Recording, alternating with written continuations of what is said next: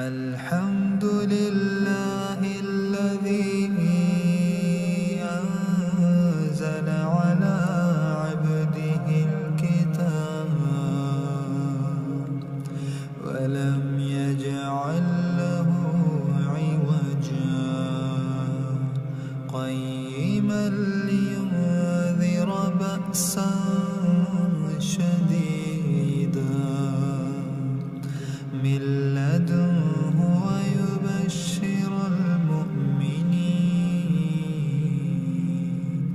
ويبشر المؤمنين الذين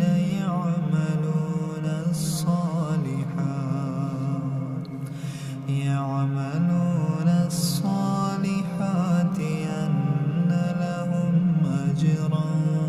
حسنا ماكثين فيه أبدا وينذر الذين قالوا اتخذ الله ولدا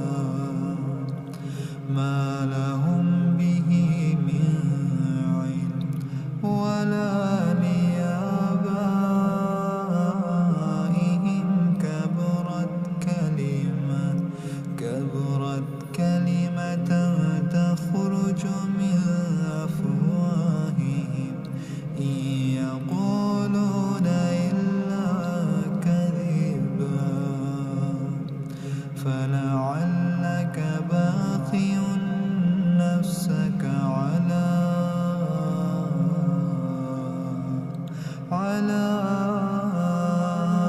آثارهم إن لم يؤمنوا بهذا الحديث أسفا إنا جعلنا ما على الأرض زينة لها لنبلوهم أيهم أحسن عملا وإنا لجاعلون ما عليها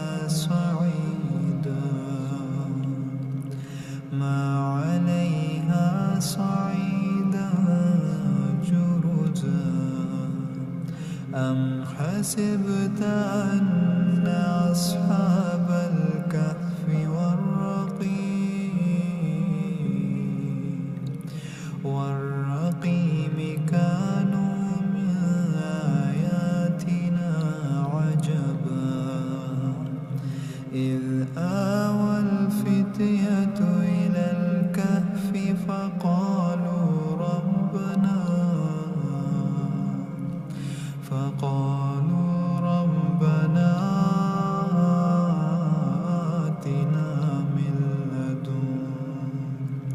آتنا من لدنك رحمة وهيئ لنا من أمرنا رشدا فضربنا على آذانهم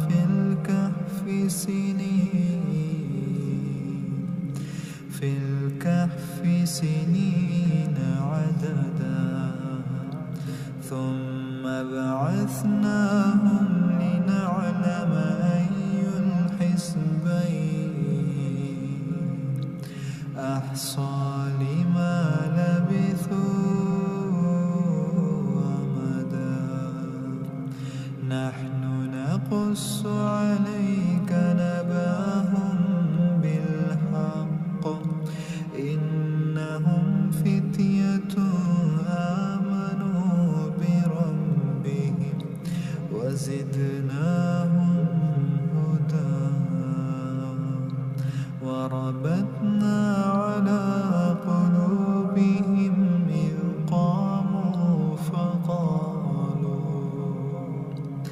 فقالوا ربنا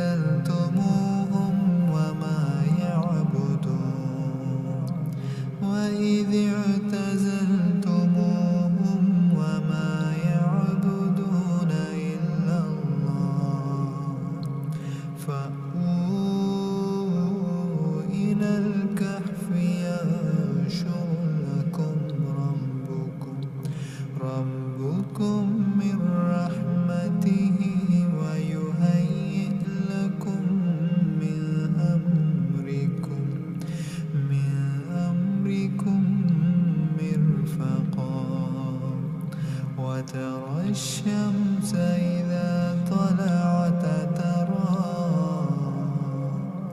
إذا تلعت تزاور عن كهفهم ذات اليمين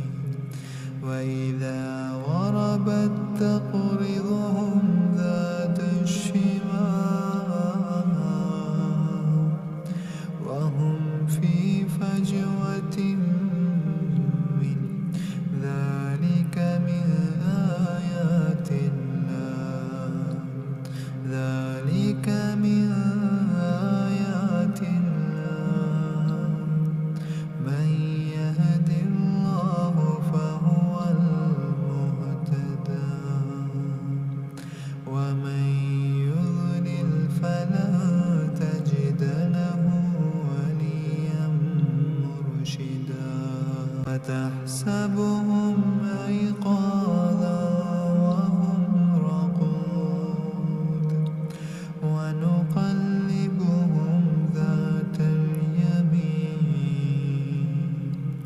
ذات اليمين وذات الشمال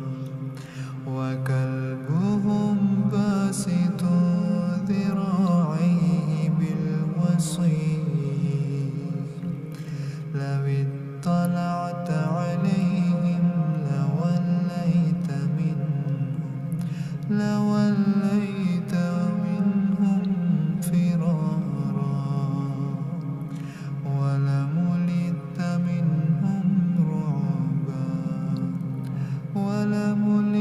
منهم رعبا وكذلك بعثناهم